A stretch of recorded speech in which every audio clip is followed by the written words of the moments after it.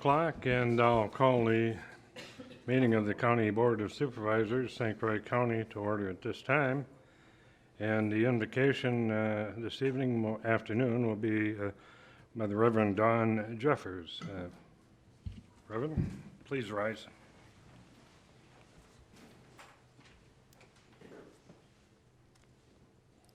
Creator God, it is good to have come through and to be able to gather again face to face. And we thank you for what you've done, for how you have guided us, for the way you continue to guide us. Having just celebrated our nation's birthday, we do not take our liberties for granted, but we thank you for providing them. Lord, we come together realizing that this room has at least as many dreams as there are people present. And it is through the vision of those dreams that our best common good can be found. We ask your wisdom and your oversight in tonight's deliberations. Amen. Amen. Please join me in the Pledge of Allegiance.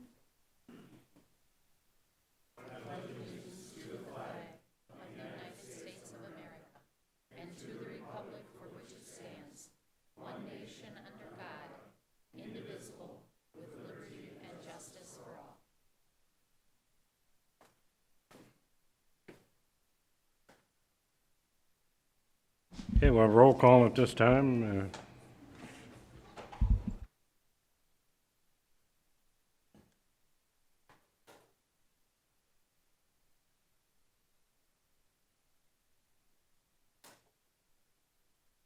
Supervisor Attino.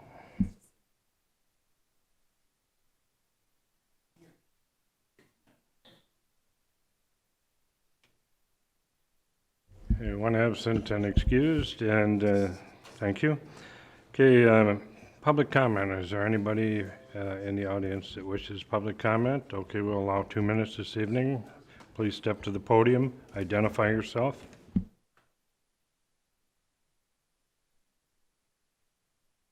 Is this on? Oh, okay. Hi, my name's Carol Ivance. I live at 613 Knollwood Drive. Thank you for this opportunity. I want to say thank you for that wonderful prayer, which I hope you all take to heart. In the past few months, I've given you plenty of information on the so-called vaccine, which the county and the government, for the most part, continues to push, in spite of the now over 6,000 deaths in the U.S. per VAERS, not to mention the horrific side effects many people are suffering. Sadly, this doesn't inspire confidence that this board cares at all about we the people. In fact, it seems that you see us as your subjects, not those who you took an oath to represent and whom you are accountable to. We have many more concerns about the laws that are being pushed for, which are all designed to shut down free speech and to control us. Oddly enough, we're not okay with that, and we expect you to defend us from all enemies, foreign and domestic.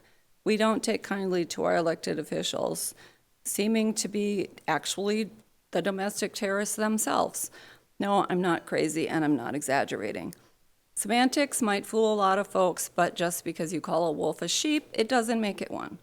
All the bills that the criminals on the left have proposed are just deceptively named Marxist wish lists, and we're not blind to this fact. So what are you, as our county board, doing about the things at the county level? Will you uphold our First and Second Amendment rights? Will you allow this nonsense infrastructure bill, which is about nothing but control and nothing else, to take effect without a whimper? Will you sit idly by while our schools indoctrinate our kids and turn biology on its head? Are you going to continue to bow down to Fauci and Gates, etc., and insist on shooting deadly poison into every one of us, even small children? Or will you all grow a backbone and stand up with us for truth and for the God? This stuff also affects you and your families. You won't get special treatment. The alligators in the swamp eat everyone in the swamp.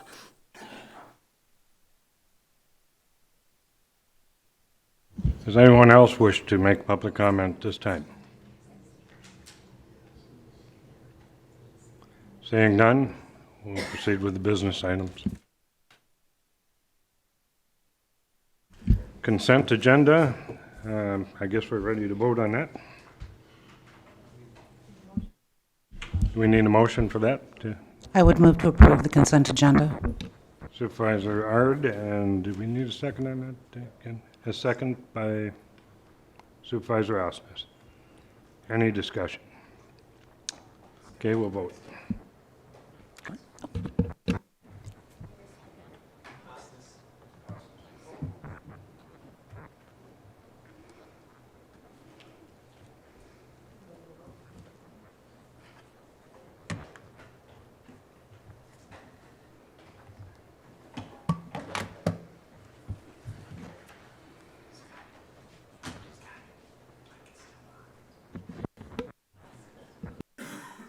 Okay, it carries. Thank you. Next item then is presentations or recognition. None this evening, okay. And the county administrator's report then will be next. Ken?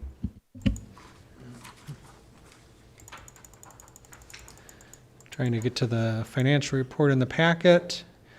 The numbers we have are through May of this year, and sadly to report, I reviewed them and there wasn't anything terribly exciting in the financial report. Everything's pretty much on target for where we should be at this time of the year, on target for the budget.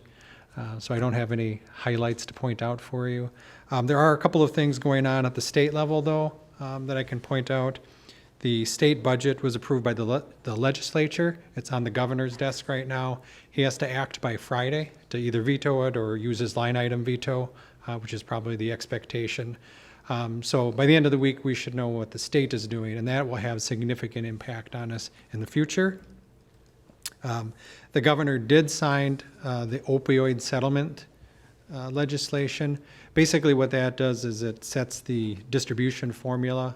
If or when there's an opioid settlement, the state will keep 30% and 70% will go to the counties. 71 of the 72 counties in Wisconsin have signed on to that. So that's the distribution percentage if there is a settlement in the future. And then the third item is redistricting. There is legislation that was approved that was sent to the governor. He has that on his desk now also.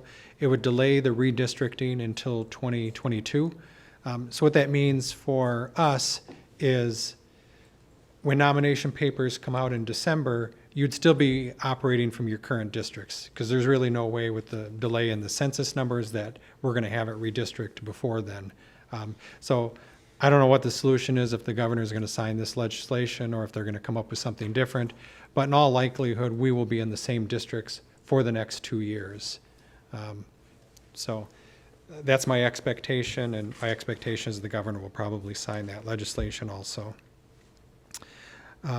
One of the other things I was going to point out is one of the supervisors asked about emails they get on the first of the month telling them they have civil rights training or other training. Those do come out of our Oracle system. Those are assigned to every employee, and you guys are employees of the county. So yes, that training is in Oracle for you guys to take, and it's probably good training for you to take. So you can go into the Oracle system and do that. And then the last thing was there was a request last month for an agenda item that had to do with a personnel issue. And so that item is not on tonight's agenda because personnel issues would not come before the county board. They're handled by the county administrator. The only issue you would ever deal with is the county administrator's personnel issue. So there's nothing to discuss there. Just pointing that out. But yeah. Where you do have jurisdiction is over the personnel policies. And so the policies that I administer for the employees are the policies that you adopt. And so we are going through those and adopting those right now. And there is a section 6 that deals with employee conduct that's coming up over the next few months. So pay particular attention to that. That's how I administer the issues with the employees. You guys establish the rules for me, and that's how that's handled. So. One last thing I was going to point out, Committee of the Wholes. So we have a July 27th Committee of the Whole. That should be on everyone's agenda. That's going to be the wrap-up of the strategic planning. We should have our report at that meeting. We have a follow-up meeting, or the following night, we have another committee of the whole meeting, Tuesday, Wednesday, that last week in July, July 28th. That will be the ARPA meeting where we talk about all of the ARPA funds. The 28th? Yep, of July. So as soon as we wrap up that list, we're going to get that to you so that you have a few weeks to go over that and add any input before we get to the meeting on what's on the list. Maybe there's something missing that you've seen in the guidance or you've heard other people are doing that you want discussed and isn't currently on the list. So that'll be your chance to add those items.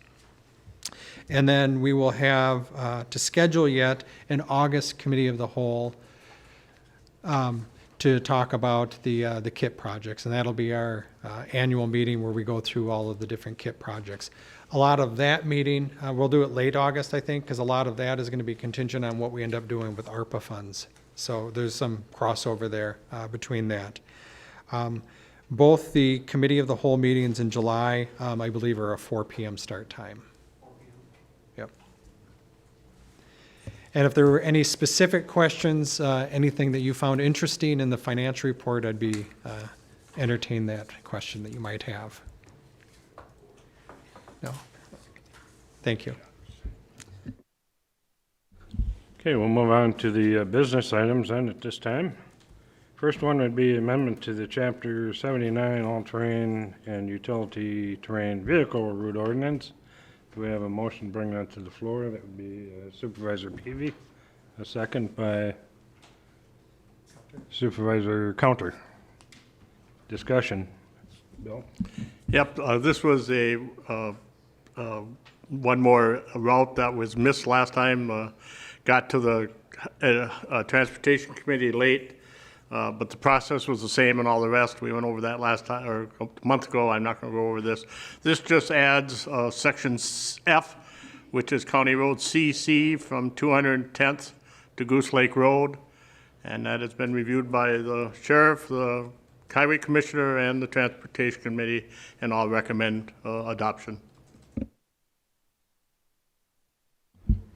Questions, comments, discussion? Seeing none, I guess we're ready to vote.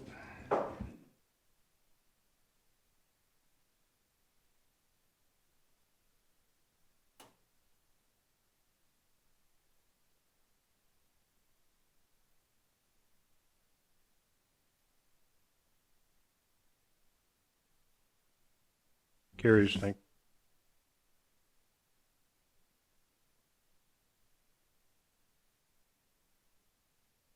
Next item then is the resolution updating personnel policies. Do we have a motion to bring that forward? Supervisor I'll Long? move to approve. A second from Supervisor Ard. Discussion? Long?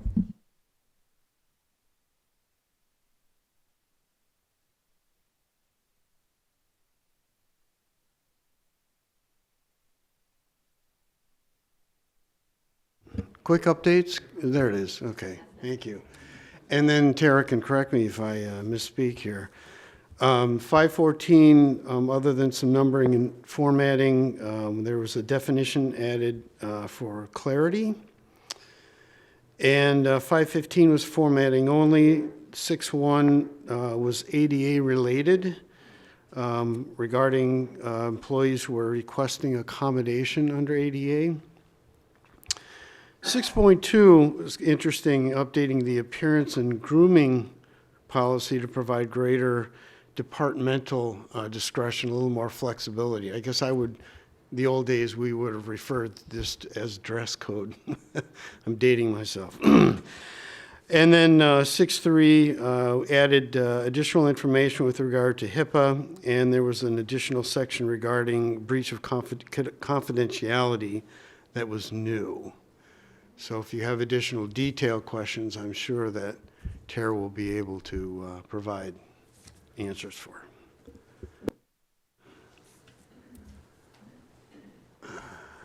You did such a great job. No one has any questions for me. Supervisor Counter?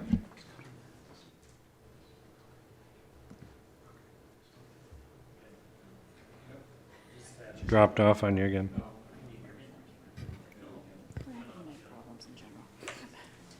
Yeah, mic problems today. Mine won't quit making noise.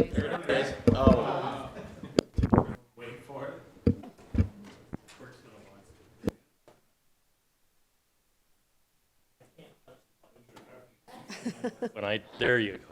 Thank you. All right. Couple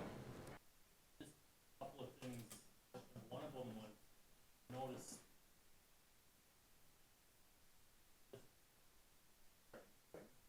I'll quick try to get this out. One of them was one of the unauthorized.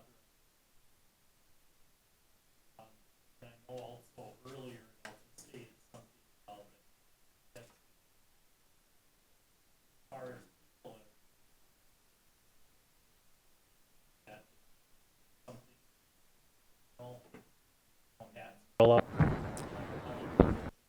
That is actually why we put in the clause that department heads could make decisions based uniquely to their department, exactly for that reason. Because sometimes if they are out in the field, that is appropriate for them to have that. So we didn't think we had to specify it. We thought that department heads would be able to use that discretion, but open for other ideas on that.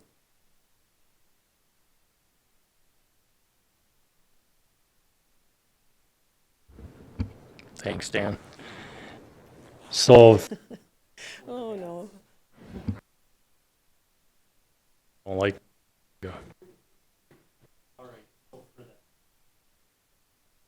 One more.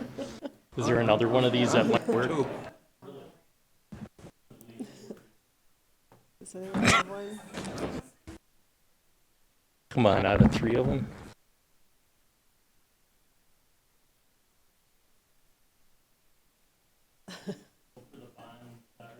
The other one I had a question on. How did those compare with some other counties? Updated. I might need some help with that one. Bond amounts are established by state statute, so we'd be exactly the same as the other counties.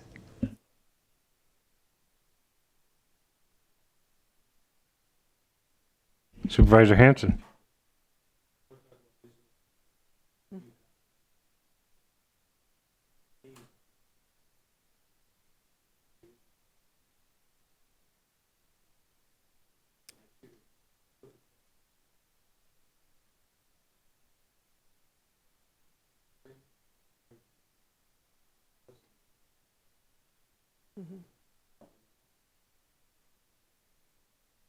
Absolutely, we would always try to do that.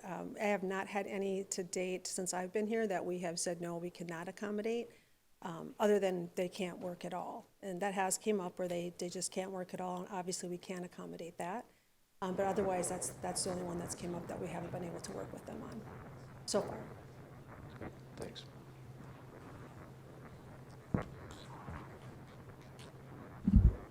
Other questions, comments?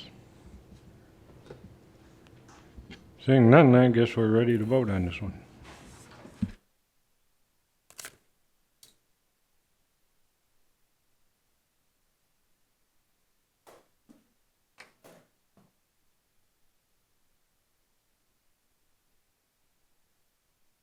Carries unanimous, thank you. Next one then will be a resolution supporting Medicaid expansion proposed in the 2021-23 governor's budget. And do I have a motion to bring that forward? Supervisor Osnes. Second by Supervisor Leaf. Discussion, Supervisor Osnes. Ooh. Grab that while it's on. Supervisors, this resolution came from Health and Human Services on a 9-0 vote. Our big concern was the behavioral health conditions that we have right now within the county with our lower income folks. We could go on and on and on with this one too. We've got Rhonda here from our HHS department, and I'd like you to come on up and give us a much better explanation than what I did. Hi, I'm Rhonda Brown, the Economic Support Administrator, as Supervisor Osnes said. I'm assuming everyone reviewed this. And this really, although the Economic Support Division determines Medicaid eligibility, the resolution really is coming more from a behavioral health perspective, and that it would increase services for our behavioral health consumers. I think another point that Bob mentioned, Director Bob Roret had mentioned to the HHS board, was really in relationship to leaning and moving more towards preventative care, wellness management, instead of more reactionary seeking medical care. So a lot of individuals that are not receiving Medicaid are going to emergency rooms, for example. So it doesn't mean the need isn't there, it just means that the need gets shifted somewhere else. So, does anyone have questions? Supervisor Long? Yeah, I guess what I'd like to know is, in the past, my understanding is that, that this has not been pursued by prior state administrations, Governor Walker. What I'd like to know is what was there, I'm assuming that there had to have been some reasoning or logic, agree or disagree, as to why that had not been pursued. And I'd like to know what that was, because I think we need to know the other side of the coin, so to speak, so we can make an objective decision. Sure. Yeah, I believe it was 2015 when we had brought forth a similar resolution, more from an economic support division, I think, at the time, but similar reasoning for low-income individuals. It's a great deal of federal money, really, that would help in so many ways, and it, like I said, it funds other services. At that time, if I recall, I think it had to do with the fact that it was still government funding. Maybe not a fan of that at that time, if I recall. And so, yeah, the funding was turned down at that time. As Administrator Witt said, the budget is currently on the governor's desk without Medicaid expansion. So similar to 2015, I believe we're in a similar situation where we're probably just taking a stand on something that appears somewhat dead in the water, but I still think it's important to take a stand, as does our director. So it's, like I said, it funds the work that we do in economic support for Medicaid eligibility funds a lot of other services provided by the other divisions. We support all of them in that manner. And when you think about 100% of the federal poverty level, it's approximately $12,000 a year. And we're asking for that to be $17,000 a year, which is still considerably low income. So, and per the resolution, a lot of these individuals are working. So, which I think is another misperception. Supervisor Arden, I think you were. Fellow supervisors, I will tell you, the expansion of Medicaid within the state of Wisconsin would significantly help all 72 counties. The cost of persons who are unable to achieve or afford mental health care and other disciplinary services to aid and assist them in becoming fulfilled residents, hold a job, get access to medications that are needed, take care of their families who are working minimum wage positions. This costs the counties as a whole millions of dollars a year. It costs the hospitals and clinics for emergency room visits. I see this every day in the populations I work with. Persons whose mental health condition could have so easily been taken care of if addressed at the onset, but going year after year after year without care or intervention because their insurance doesn't cover it, or, as has been the case with a number of persons I work with, they're making $1 more than what would qualify them for state insurance, and yet they are still in the lowest range of income within our populations. I'm going to I'll let you finish in a moment, Supervisor Ard. We'll take a 2-minute recess here, and they're going to reset the system. Hopefully, we'll get rid of this feedback.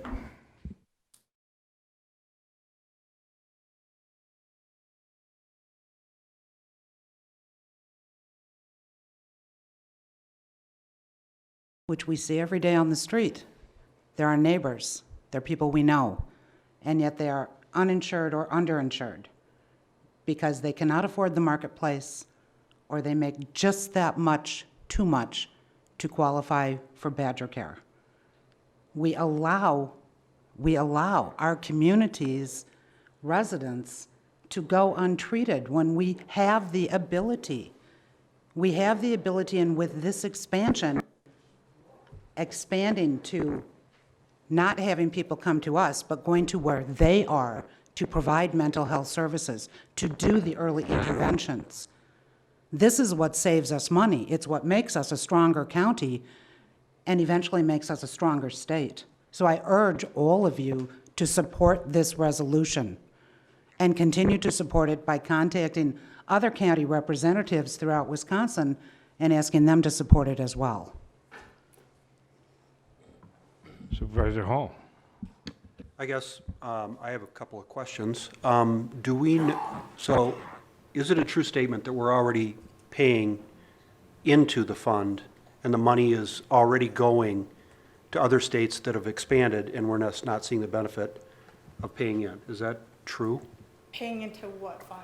Well, when we pay our taxes, right? Oh, That's where this all it's comes from. federal dollars that is gonna go somewhere, to someone else, Right. yeah. So by declining it, we're not saving any money. Do we know, or do we have an estimate, perhaps, Mr. Witt or yourself, as to what the impact would be in terms of revenue coming into St. Croix County if this were to be accepted? That would help maybe lighten the load on some of our taxpayers here? I do not have a dollar amount. We can get a dollar amount, though. Okay.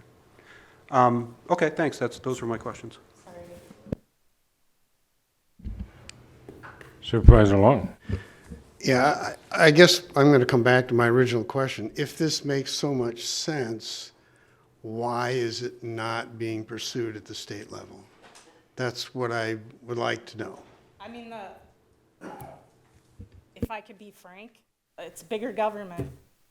They don't want bigger government, and it's all government funding. So, I mean, it's just against government, more government funding, and against bigger government. That's what it's probably about. It really, it's all of what Supervisor Ard said. The need for care doesn't go away. It just means that they're gonna wait longer, be more sick, need more services, end up in the emergency room that would cost more money than preventative care, et cetera, et cetera. So, I mean, we could approach it from a lot of different directions in the way that it makes sense. Supervisor Ard. To put it frankly, this is stepping over a $100 bill to pick up a penny. And in past administrations, it was political. It was just political. It wasn't about people, and that's what we're here to do, is to serve the people. So take the politics out of it, and then start looking at the economic sense of it in helping people. The amount of money saved. Have a conversation with law enforcement at some point and ask them how many mental health pickups they do in just 1 week. Absolutely. Children's Services is affected with opioid addiction. I mean, again, we can go on and on. The expansion of Medicaid in the state of Wisconsin should not be looked at as a political football. It should be looked at for every dollar that Wisconsin receives, we are able to assist 3 to 5 people to get that early intervention, to help those families, to safeguard children's lives, to safeguard the elderly from abuse and neglect. This money is not just about covering someone in insurance. It's about all of the integrative services that go to helping a person become a whole human being. If we don't support this, we're not doing our job in service. And everyone who has made that statement to us over this year is going to wave their flag high. This is about service to the people of this county and state. Supervisor Hanson.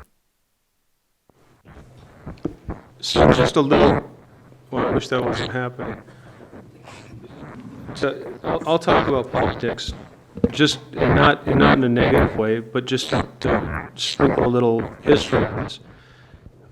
This isn't a purely liberal thing. During the Trump administration, Mitch McConnell's state accepted these funds during that entire 4 years. Thank you. During the entire 4 years of the Trump administration, the state of Kentucky accepted these funds all during that time. So you had the Senate leader's state accepting these funds for his people, which is a state which has incredible need, being compassionate toward their people and accepting these funds. So Wisconsin, for ideological purposes, in my opinion, is not taking these funds, and it's crushing. It's causing a great deal of pain, and I've had personal conversations with our legislators, and they are frustrated by it, but it's a political football in Madison, and it shouldn't be. We should all just stop that conversation and take care of the people who need to be taken care of. If it can be done in states like Kentucky, in states like Tennessee, it should be taken care of in states like Wisconsin, and states like Alabama and Georgia, and states like Florida, where they don't accept it, and they should be. And we can lead the way changing that, I hope. Thanks, Dan.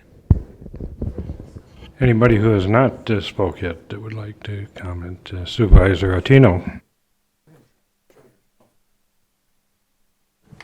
Let's see if that works. Can anybody hear me? Thank you.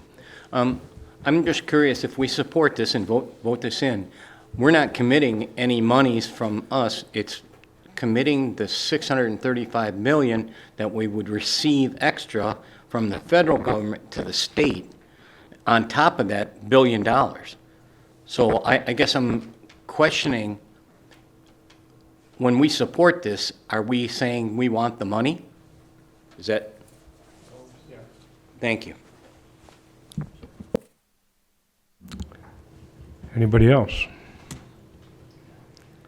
Okay, we're ready to vote at this time then.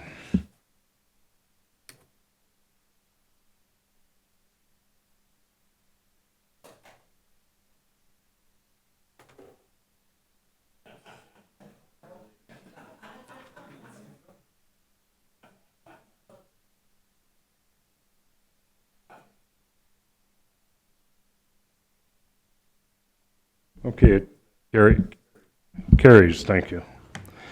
Okay, the next item on business is, I have some explanation on that. It's a resolution for support, in support for upholding transparency in renewable energy development.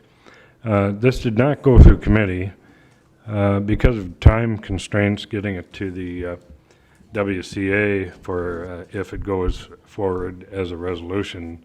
It had to be in at a certain time, and so I allowed this to come to the board for consideration. However, to bring it to the floor, we will need a motion to suspend the rules, and if that comes to the floor, then it will require a 2/3 vote by this board to suspend the rules.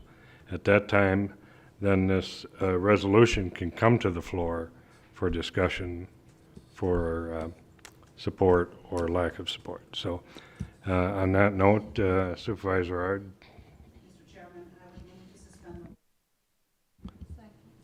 Okay, we have a motion by Supervisor Ard, a second by Supervisor Tomczyk to suspend the rules, and no discussion on that. We'll vote at this time.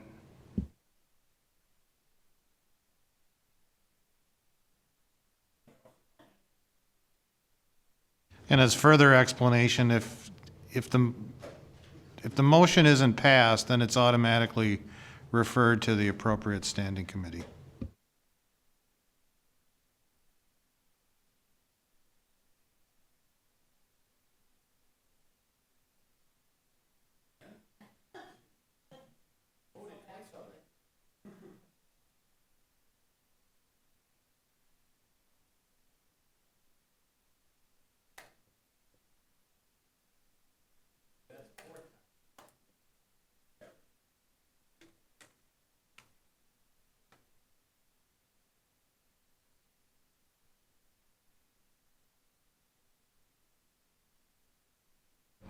Okay, it passes.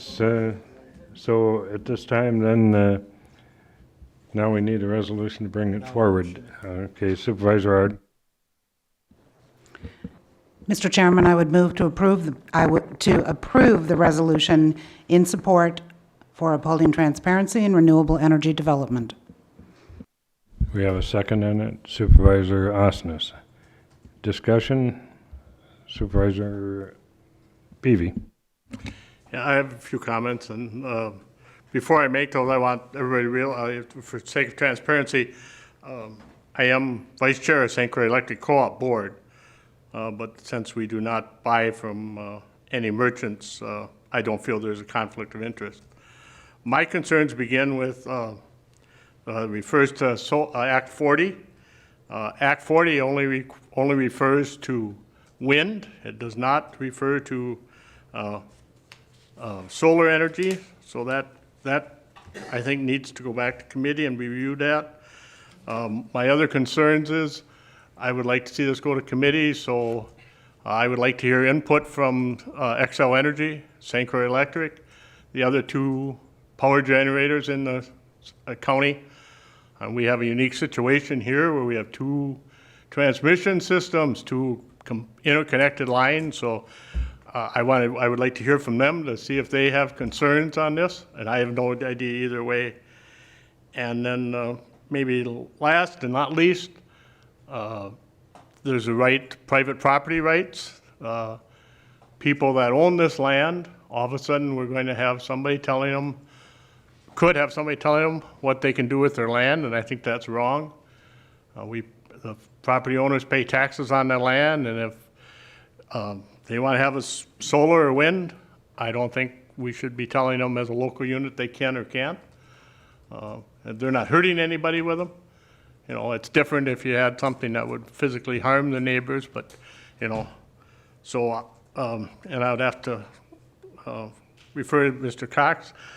I would like to see us go back to committee. What would be my action?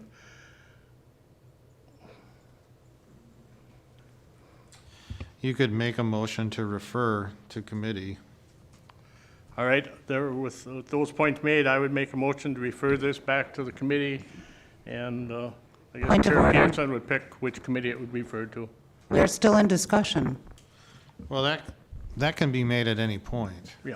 But I would say that I would suggest, well, ordinarily, the mover has the first right to speak. She hasn't spoken. Sorry. But a motion to refer is appropriate at any time.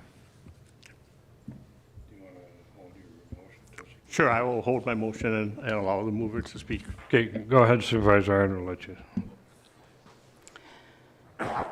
Fellow supervisors, the point of this resolution was one to be, thank you. The resolution was contrived in order to be presented to the Wisconsin Counties Association for consideration at the state conference and to be part of their lobbying platform. The purpose of this resolution is certainly not to withhold anyone's property rights or choice in what they would like to use their property for. It was intended to protect property owners and to protect Wisconsin as a whole and the residents of Wisconsin in consumer electricity consumption, whether it be from wind turbine, solar, hydro, any electrical generating facility. We are expanding into renewable energies at an incredible pace. We have increased and exceeded our portfolio standard in the state of Wisconsin. The concern that I have and that others who are very interested in this resolution have is that are we building more for dollars due to the federal tax credits that merchant plants receive? And to be clear on merchant plants, a merchant plant developer can be anyone.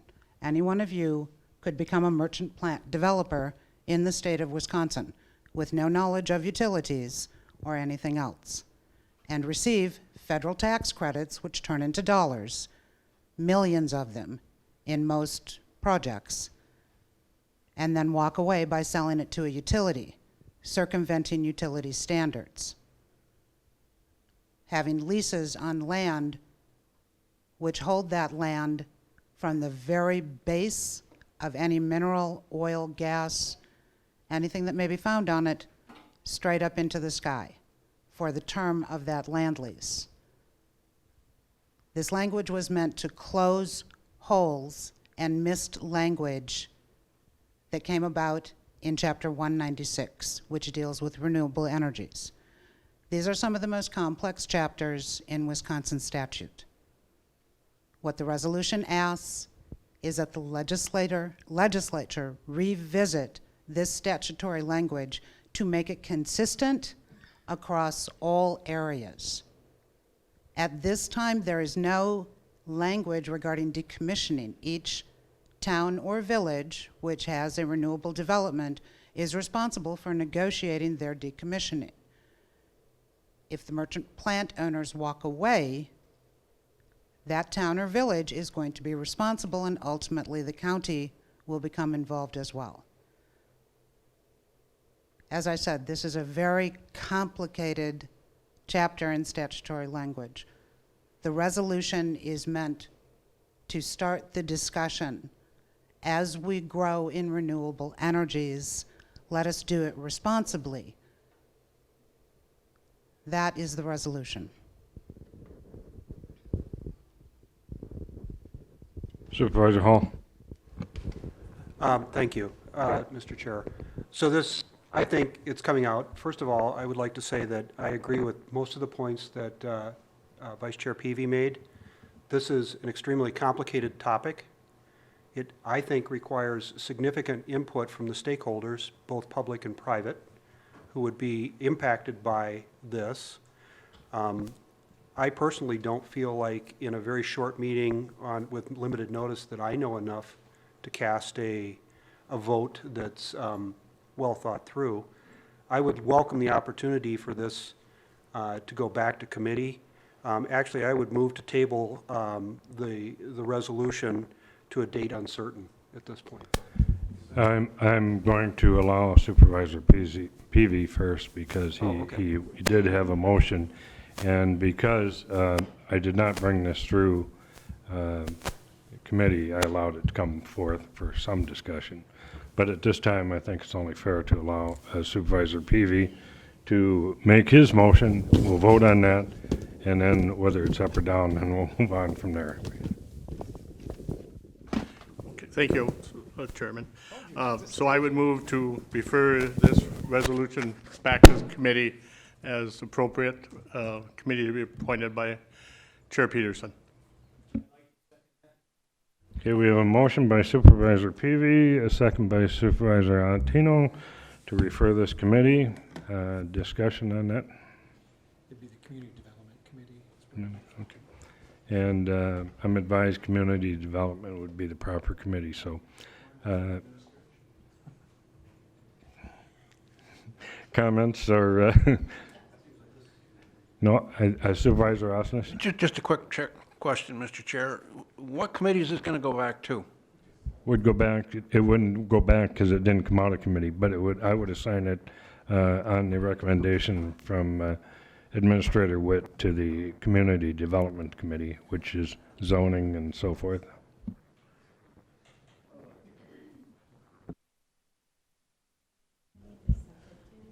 No further discussion? Okay. Put your second in, Supervisor Otino. You got it? Yeah. So at this time, then, we're ready to vote.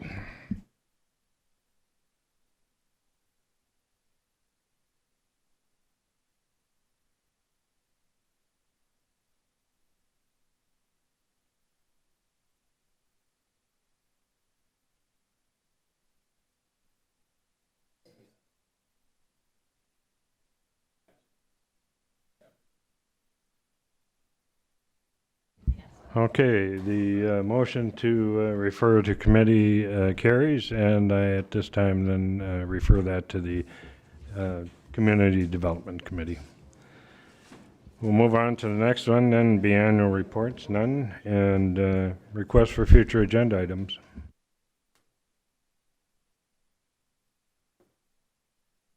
Seeing none, county clerk's report or correspondence. I have nothing to report. Okay, and announcements? Good luck to the Bucks in the NBA Finals. Good luck to the Bucks.